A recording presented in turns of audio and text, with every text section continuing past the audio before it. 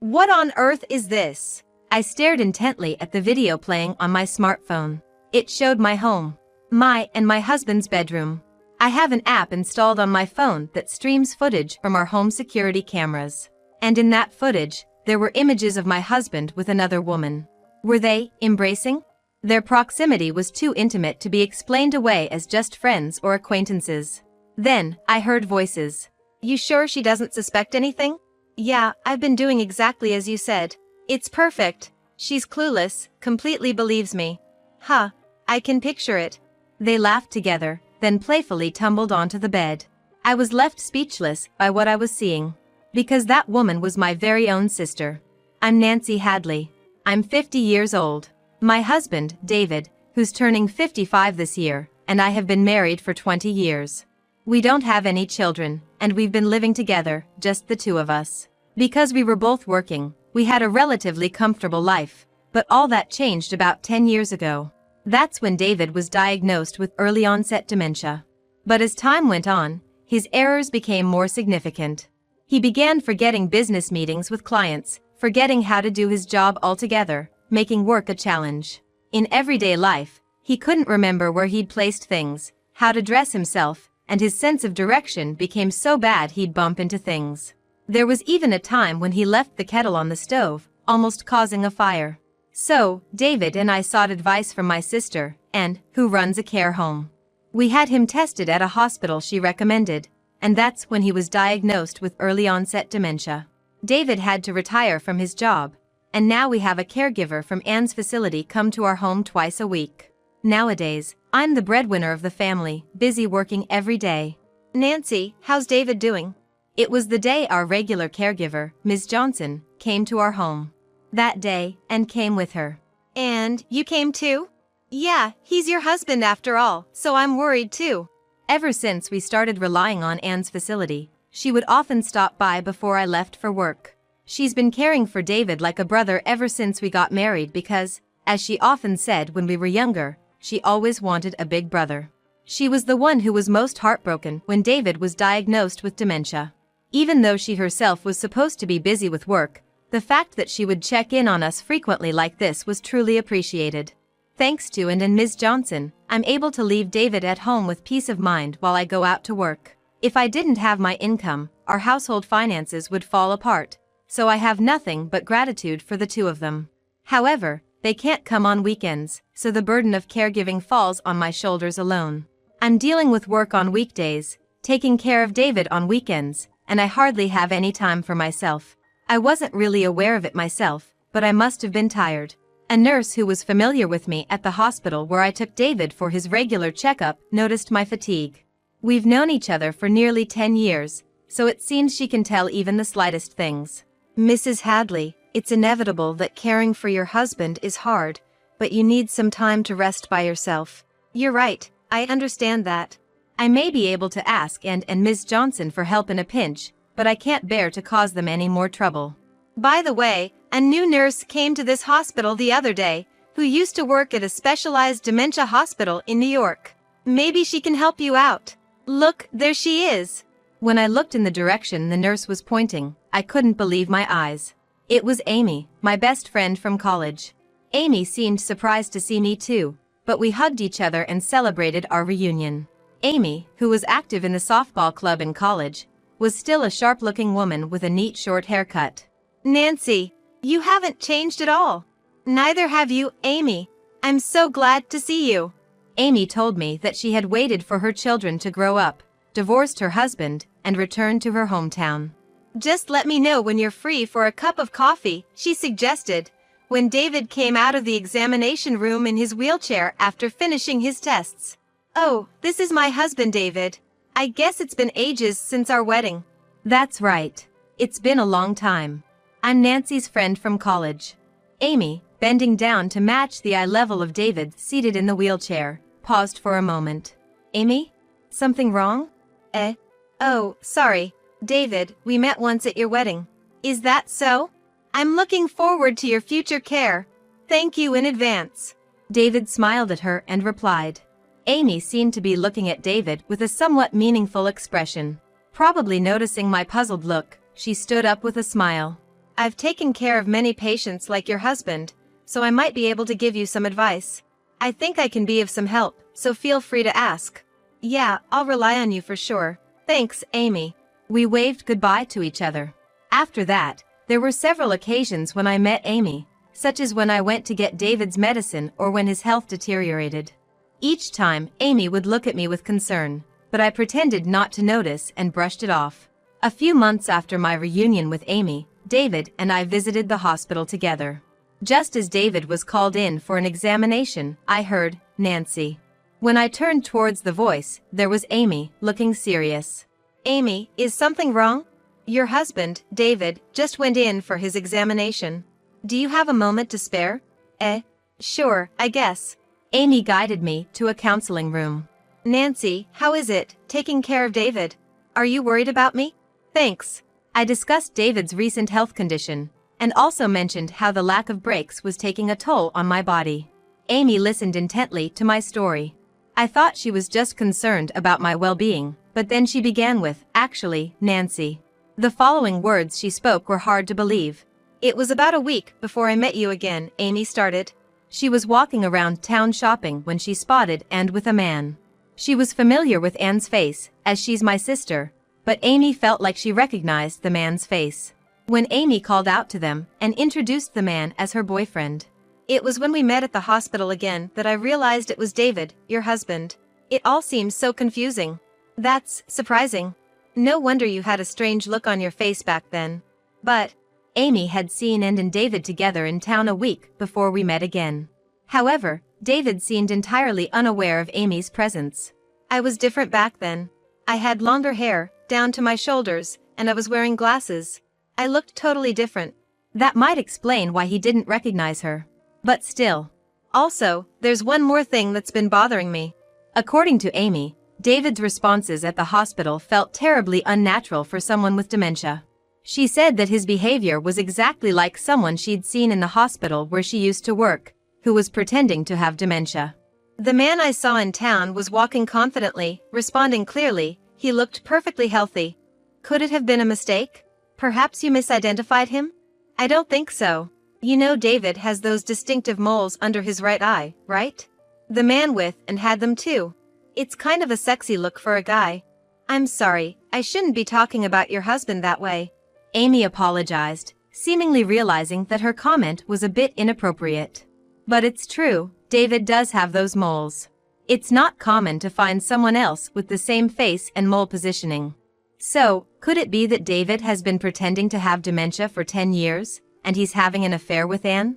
The story was hard to believe, but Amy was not one to lie. Honestly, I don't think this hospital is very good, Amy confessed. What? The doctors here aren't great, and I've heard bad rumors too. Doesn't it seem odd that they have so many patients? So I think you should get a proper check to see if David really has dementia, Amy said with a serious look on her face. Struck by Amy's words, I went to a big box store and bought a home security camera.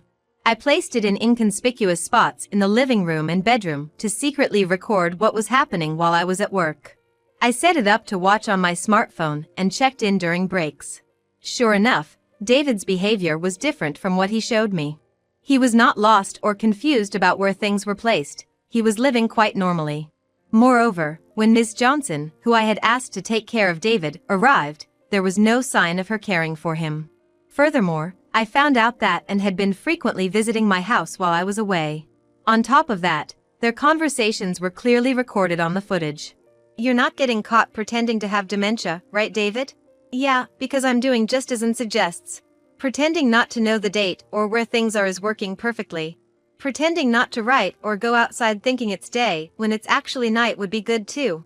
Nancy is a trusting person, so I don't think she'll suspect anything. Is Ms. Johnson okay? Won't she spill the beans? She's fine. She's a single mom with a kid, so she needs money. I've been giving her a little higher salary and she's been keeping quiet. After laughing together, they would flirt and head to the bedroom. I was left speechless when I saw the footage. I couldn't believe my sister and husband were conspiring behind my back. But the evidence was clearly left on the footage. I was lost, faced with the undeniable truth. A few days later, I felt the urge to talk to Ms. Johnson, who had been taking care of David. When I contacted Ms. Johnson, she said she would be available the following Saturday. I visited her apartment and showed her the footage. She looked resigned, apologized to me with tears in her eyes, saying, "What's in this footage, is the truth. I've been deceiving you all this time and I'm truly sorry. I don't have a license, and I was struggling to find another job. I had no choice but to go along with what Ann said because she hired me with such attractive terms." As Ann had said in the footage, she was a single mother, raising her child on her own, and she needed money. However, she felt guilty because she knew she was aiding in deceiving someone. Thanks to that guilt, I was able to get her testimony. She also entrusted me with copies of receipts, daily reports, and her diary from that time. No matter how much I needed money, I did something unacceptable as a human being. I am really, really sorry. She kept apologizing over and over again. In addition to the evidence and testimony provided by Ms. Johnson, I decided to collect more proof. After visiting a few related parties and hearing their stories, I consulted with my lawyer and decided to confront David and Ann at the scene of their affair. On a typical weekday, I pretended to go to work as usual and waited near my house. When Ann arrived at the house and it seemed like the right time when the two of them likely got busy, I came back home. Capturing the scene, they panicked, unable to escape, and I said coldly, "I know everything now. David, I heard you messed up your precious job. Got sidelined and started to hate your work?" This was something his coworker had told me. David had been saying to his colleagues, "There's nothing more I can do here. Nancy is making good money. I want to quit and live a laid-back life."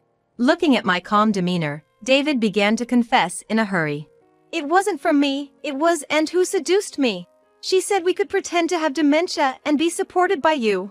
While you are at work, we can meet as much as we want. Even Ms. Johnson was hired by Ann for the sake of an alibi." His words suggested, the one at fault is Ann, not me. At David's words, Ann went hysterical and began to rage. What the heck? Even David was fully on board with the plan. And now he's trying to duck out and avoid responsibility. That's cowardly. Shut up. You were the one who kept pushing me into this. I just went along with what you said. I could feel my heart growing colder as the two of them bickered at each other, stark naked. I couldn't stand this situation with these two any longer. That's enough. Both of you get out. I threw them out of the living room window, along with their clothes and Ann's purse that were scattered on the floor, and then shut the window.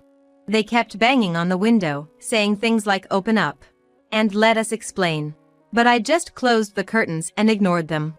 When they wouldn't stop banging on the window, I sent them a message on WhatsApp saying, "Be quiet. If you don't want the cops called, leave now," and suddenly, they fell silent.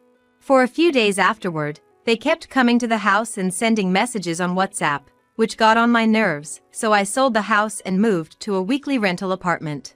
In fact, when David was diagnosed with dementia, I had changed the title of our jointly owned house to my name. David, who had retired, no longer had the ability to pay the mortgage, and I changed the title in advance, thinking it would be a hassle if a dementia patient had decision-making authority in case of an emergency.